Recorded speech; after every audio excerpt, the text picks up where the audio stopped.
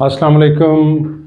फिर हम ट्रिग्नोमेट्री में आज बेरिंग के टॉपिक को टच करने जा रहे हैं ओ लेवल्स में, और टॉपिक हमारा ट्रिग्नोमेट्री है और उसके अंदर हम कर रहे हैं बेरिंग को आज टच।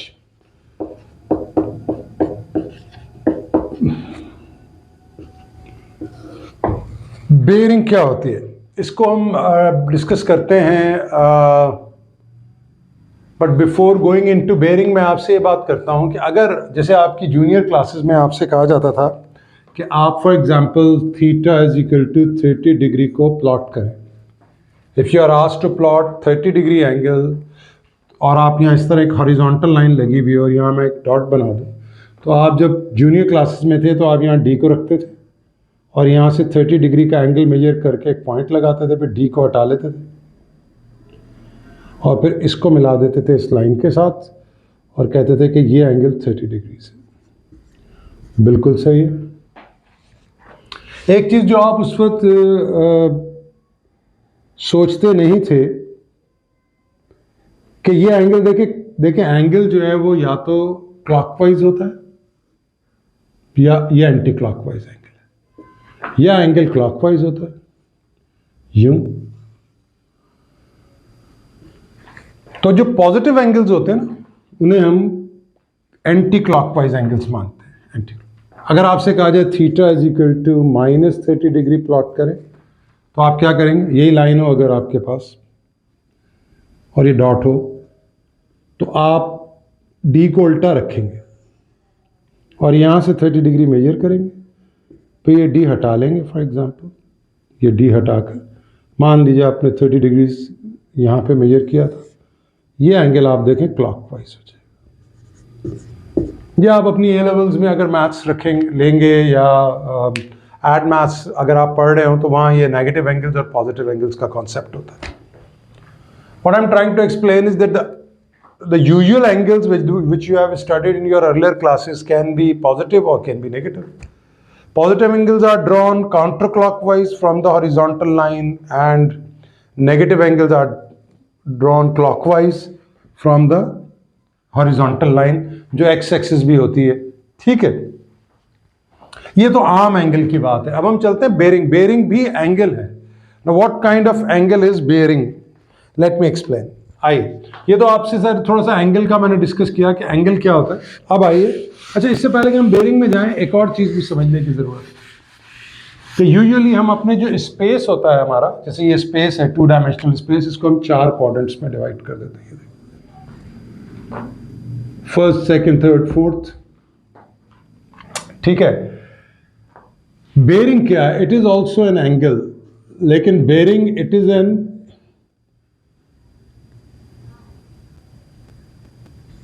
एंगल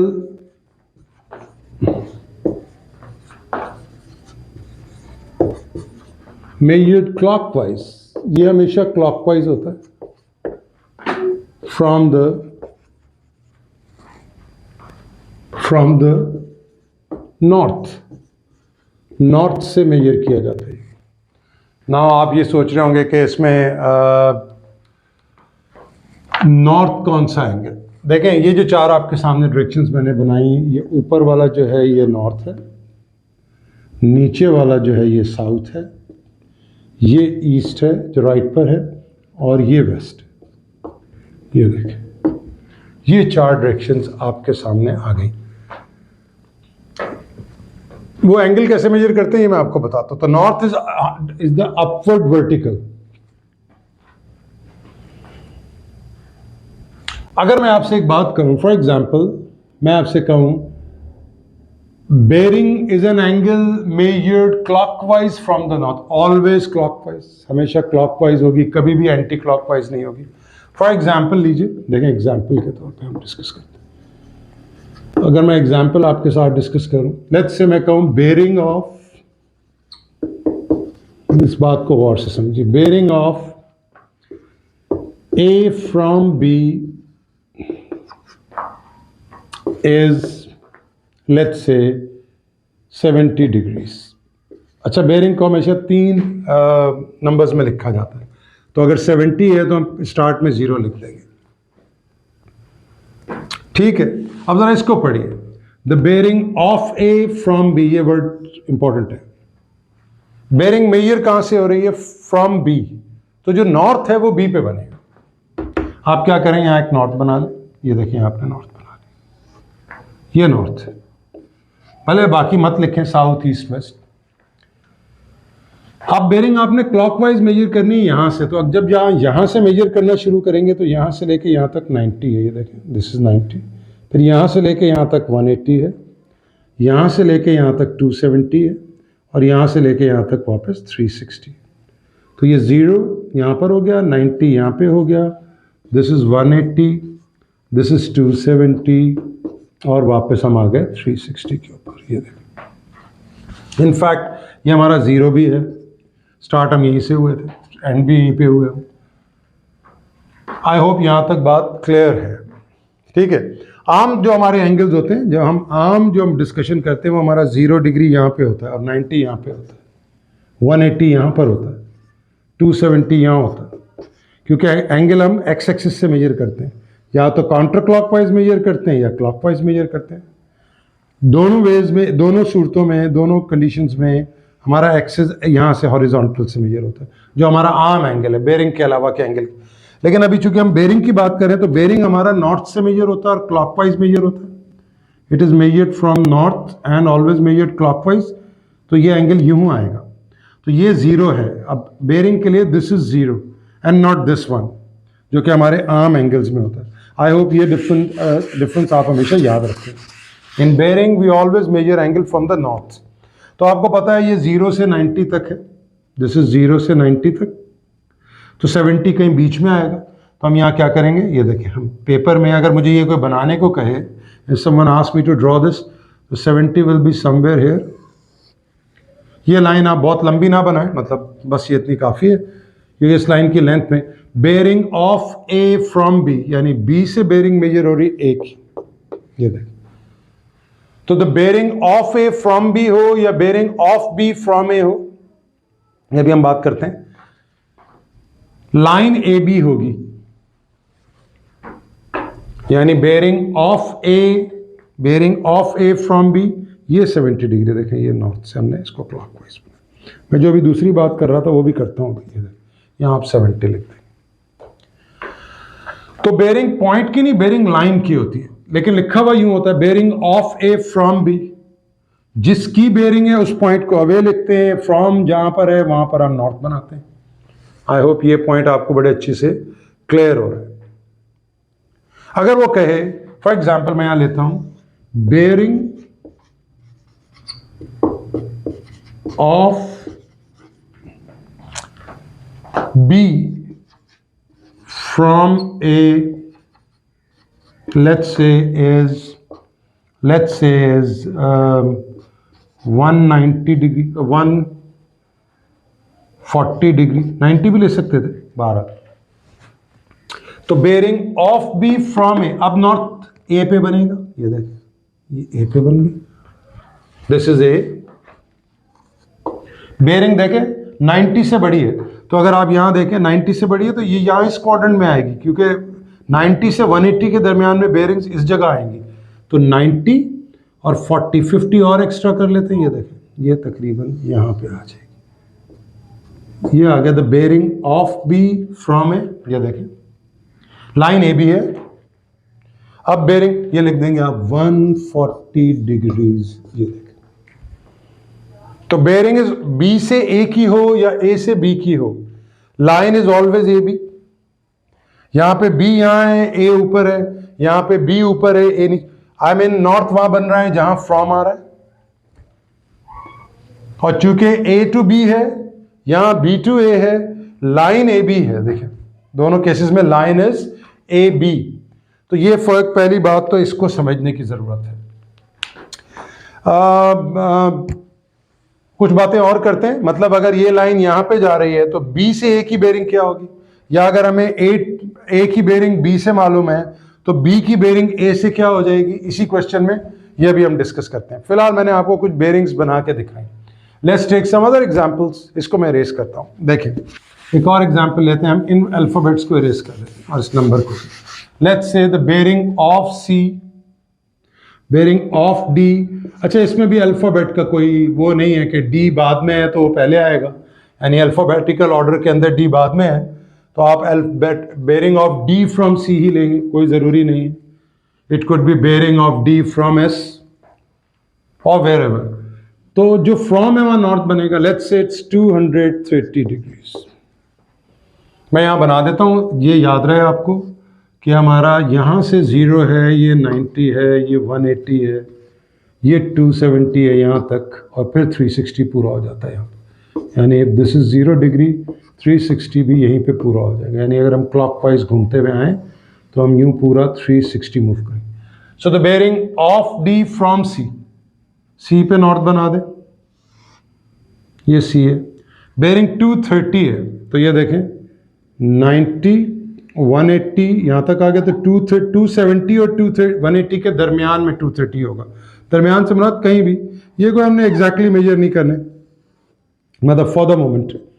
पेपर में मेजर करना आ जाता है, वो हम डी रख के कैसे मेजर करेंगे वो आपसे मैं जब हम पास पेपर के क्वेश्चंस की प्रैक्टिस करेंगे जब मैं एक्सप्लेन करूंगा. ये देखिए ये आ गया आपके पास. अच्छा बेरिंग नॉर्थ कहाँ बनेगा? सी पर, और बेरिंग किसकी है? डी पर. This is 230 degrees. ये आपने बेरिंग बना दी 230 degrees. This how you draw the bearings. I hope यहाँ तक आपको पॉइंट क्लियर हो गया है. अगर हम और आगे चलें तो ये मैंने मुख्तलिफ क्वाड्रेंट्स में आपको बेरिंग बना के दिखा रहा हूँ ताकि आपको बात क्लियर रहे. The bearing of Q from S is 310 degrees. Now you see the bearing of Q from S, और 310 है तो आपके दिमाग में आ जाना चाहिए कि इस एरिया में बनेगी. तो आप नॉर्थ यहाँ बना, अगर आपने खुद से बनाना है तो नॉर्थ यहाँ बना लेंगे. तो bearing will be 310 will be somewhere here, because 90 180 270 से बड़ी है 310. 310 इज मोर देन 270 तो ये आगे आ जाएगी. And the bearing of Q from S है ये देखें. द बेरिंग ऑफ क्यू, ये पॉइंट एस हो गया. भले इसको अंदर लिख देते हैं कभी एग्जाम में, उससे कोई फर्क नहीं पड़ता. This is the bearing of Q from S. This is 310 degrees. ये आपके पास मैंने मुख्तलिफ बेरिंग्स प्लॉट की.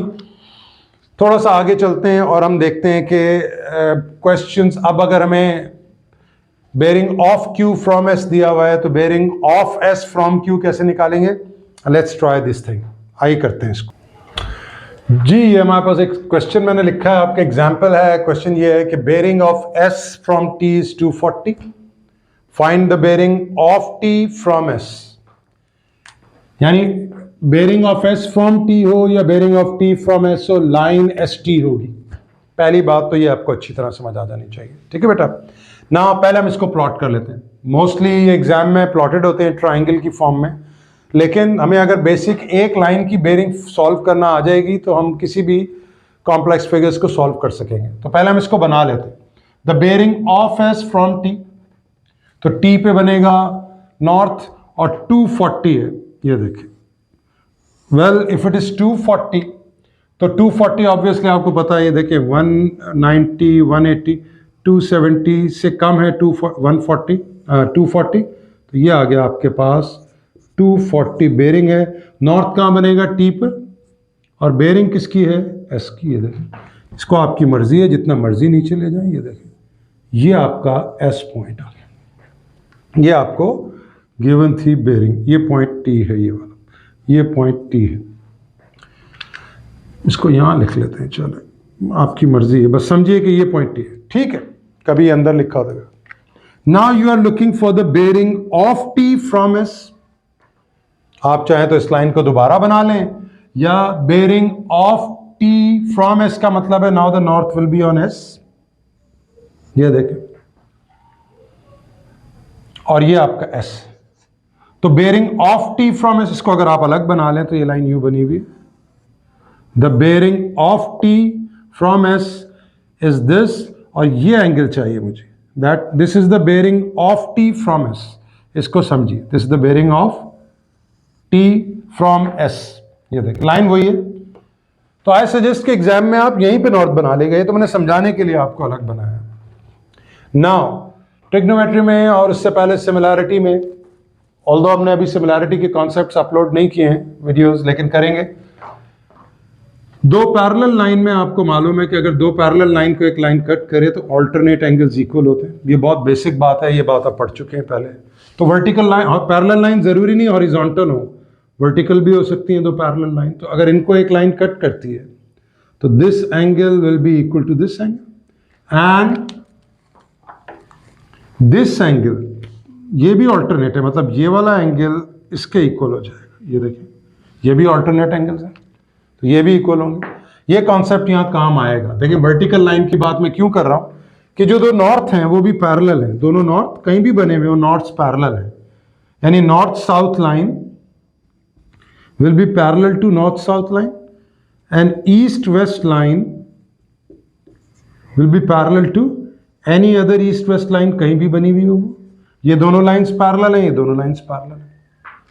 अब याद रहे हमें ये वाला एंगल चाहिए। What we are looking for is this angle, this is the bearing of T from S. ये देखें, तो अगर आप थोड़ा सा कॉमन सेंस यूज करेंगे तो जरा नोटिस कीजिए, ये वाला जो एंगल है ये दिस एंगल इज 180, यहां तक 180 है।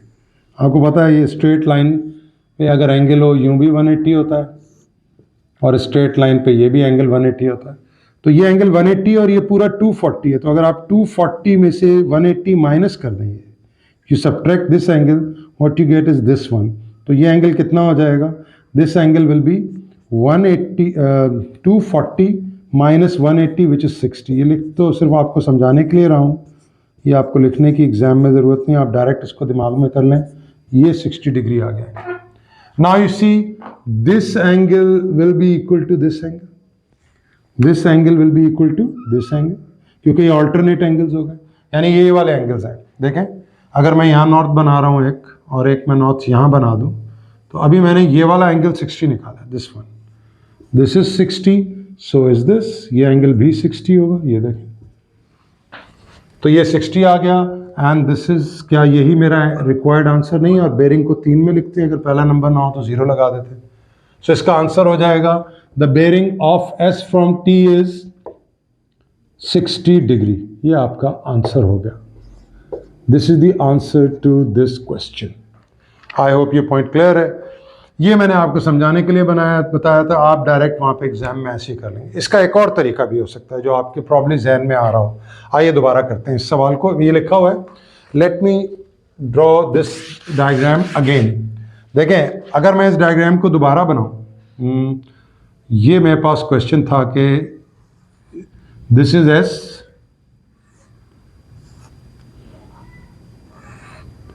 The bearing of S from T was 240। ये देख, थोड़ा सा लंबा है ये मेथड। अब जो करने लगे, हमें चाहिए the bearing of T, this is T, ये T है मेरे पास, तो ये एंगल 240 है, ठीक है। अब कुछ बच्चे क्या करेंगे, देखें यहां तक 270 है, ये वाला जो एंगल है यहां तक 90 प्लस 180 प्लस ये पूरा 270 यहाँ तक। तो 270 में से अगर मैं 240 माइनस कर दूं तो I will get this angle, this is 30, this is 30 degree. तो अगर ये 30 है तो ये एंगल भी 30 होगा। देखें, ऑल्टरनेट एंगल्स। देखें, अगर दो हॉरिजॉन्टल लाइन लें हम, अगर दो हॉरिजॉन्टल लाइन लूँ मैं यूँ, दिस वन, और एक लाइन मेरी यूँ कट कर रही है, तो what ever this angle is, this angle will B same. तो अगर ये एंगल 30 है तो ये एंगल भी 30 होगा। तो ये पूरा 90 है यहाँ तक, तो 90 को 30 में से माइनस कर दें तो अगेन मेरा आंसर इज 60 डिग्री, जो कि मैंने निकाला है पहले भी, ये देखें। लेकिन ये सिंपलर था, इसमें पहले आपने एक एंगल निकाला फिर उसको 90 से माइनस किया, यहाँ भी आपने 180 माइनस करके 60। बहरहाल ये दोनों मैथड एक्सेप्टेबल है एग्जामिनर पर। तो यहाँ आप लिख दीजिए 90 माइनस 30 यू गेट 60 डिग्री, ये आपका आंसर। ये दोनों मेथड एग्जामिनर को एक्सेप्टेबल है। I hope you guys got this idea. एक दो क्वेश्चन और करते हैं, आइए लेट्स ट्राई। जी, एक और क्वेश्चन आपके सामने बोर्ड पे मैंने लिखा है, the bearing of n from m is 135 ये हमें गिवन है, find the bearing of M from N. I suggest कि आप वीडियो को यहाँ पे पॉज करके इसको खुद करने की कोशिश करें, एंड देन ओपन करें वीडियो को और फिर स्टार्ट करें वीडियो को और फिर देखें कि मैं इसको किस तरह कर रहा हूँ। देखें, the bearing of N from M, from M का मतलब है नॉर्थ एम पे बनेगा, तो यहाँ नॉर्थ बना लेते हैं। ये देखें, ये नॉर्थ है, दिस इज नॉर्थ, ठीक है। हॉरिजॉन्टल भी बना लिया करें। अब देखें 135 स्टार्ट हमारा यहाँ से होता है बेयरिंग, हमेशा हमारा बेयरिंग हमेशा नॉर्थ से स्टार्ट होता है। 135 90 से बड़ा है, इसका मतलब है it would be somewhere here. ये आ गई बेयरिंग हमारी। This is the bearing of N from M, ये बेयरिंग बन गई। देखिए, फ्रॉम एन फ्रॉम एम हो या एम फ्रॉम एन हो, लाइन एन एम होगी, वो तो बन गई हमारी लाइन। ये आ गई 130। इस बात को समझने की जरूरत है। बेयरिंग हम पॉइंट की ही पूछ रहे होते हैं, लेकिन लाइन की एक्चुअली एंगल हमेशा लाइन का निकलेगा। ये बात आप बहुत अच्छे से समझ लीजिए। फ्रॉम और ऑफ इसलिए यूज करते हैं कि आपको पता चले नॉर्थ कहाँ बनना है और एंड पॉइंट कौन सा होगा, यानी स्टार्टिंग पॉइंट कौन सा होगा और एंड पॉइंट का होगा।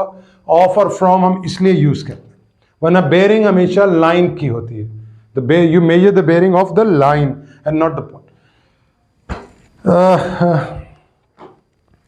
अब इसको हम कैसे सॉल्व करें, तो देखें, the bearing of M from N है। अच्छा, इससे पहले मेरे जहन में एक पॉइंट आ रहा था कि आप जब प्रैक्टिस कर लेते तो आप ये बात तो समझते हैं कि अगर आपकी बेयरिंग फर्स्ट क्वाड्रेंट से स्टार्ट हो रही है, यानी अगर ये पॉइंट ए है और ये बी है, अगर बी की बेयरिंग ए से फर्स्ट क्वाड्रेंट में है तो ए की बेयरिंग बी से इस क्वाड्रेंट में होगी, यानी ये देखें 180 से बड़ी होगी। Although you don't have to memorise this. मैं ये बात कर रहा हूं कि अगर बेयरिंग आपका स्टार्ट लाइन का फर्स्ट इसमें हो रहा है पोर्शन में, इस पोर्शन के अंदर हो रहा है, तो अगर आप वापस का बेयरिंग बनाएंगे तो वो 180 से बड़ा होगा। ये देख लें। दूसरा, अगर आपकी बेयरिंग जा रही है सेकंड क्वाड्रेंट के, इसको क्वाड्रेंट कहते हैं, क्या कहते हैं? First quadrant, second quadrant, third quadrant, fourth quadrant for the bearing. Arm angles के लिए first quadrant, second, third, fourth ये होते हैं, लेकिन अभी हम आर्म एंगल की बात नहीं कर रहे हैं, बेयरिंग की बात करें तो बेयरिंग का फर्स्ट क्वाड्रेंट ये है, सेकंड ये है, थर्ड ये है और फोर्थ ये।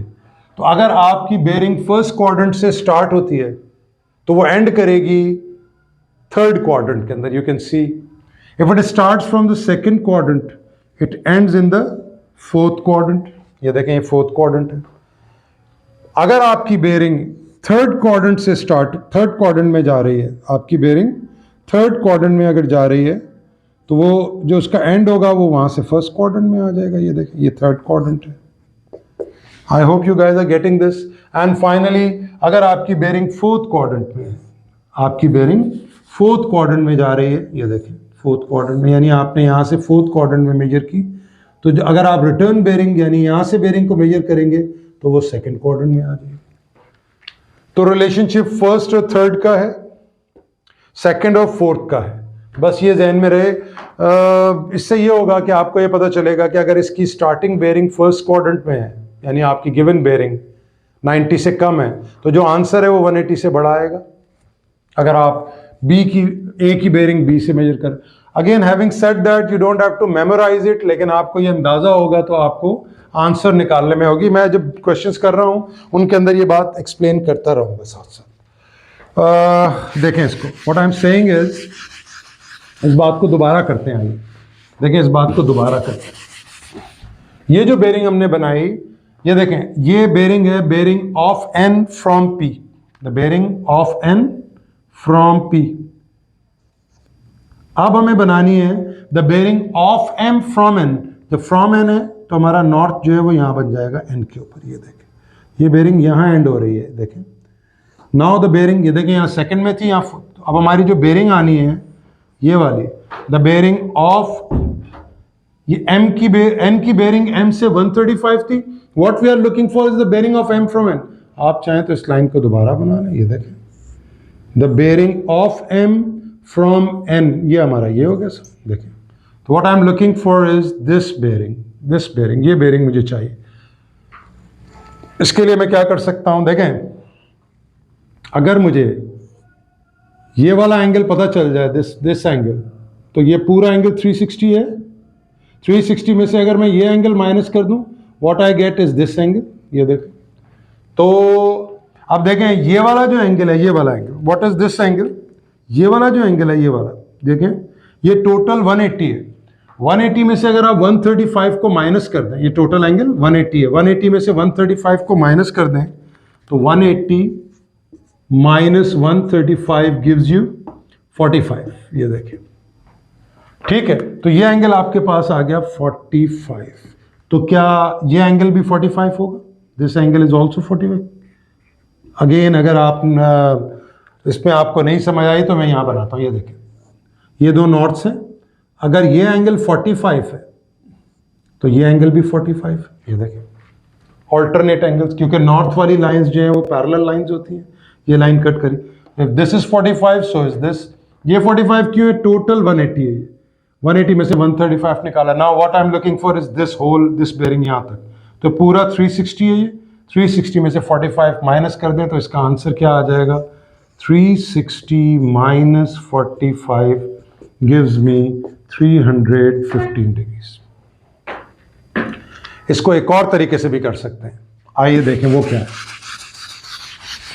मैं इस सवाल को दोबारा, I draw this question again. When I draw this question again, ये देखें, ये मुझे बेरिंग गिवन है 135, this is 135, this is the bearing of N from M. अच्छा, वह अंदाजा नहीं कीजिएगा कि ये लाइन थोड़ी यहाँ ऊपर बनी हुई है, यहाँ थोड़ी मैं नीचे बनाई, इससे कोई फर्क नहीं पड़ता। देखें, अब मुझे what I am looking for is the bearing of M from N is this bearing, this is what I am looking for. ये बेरिंग है, ये बेरिंग है एम की फ्रॉम एन।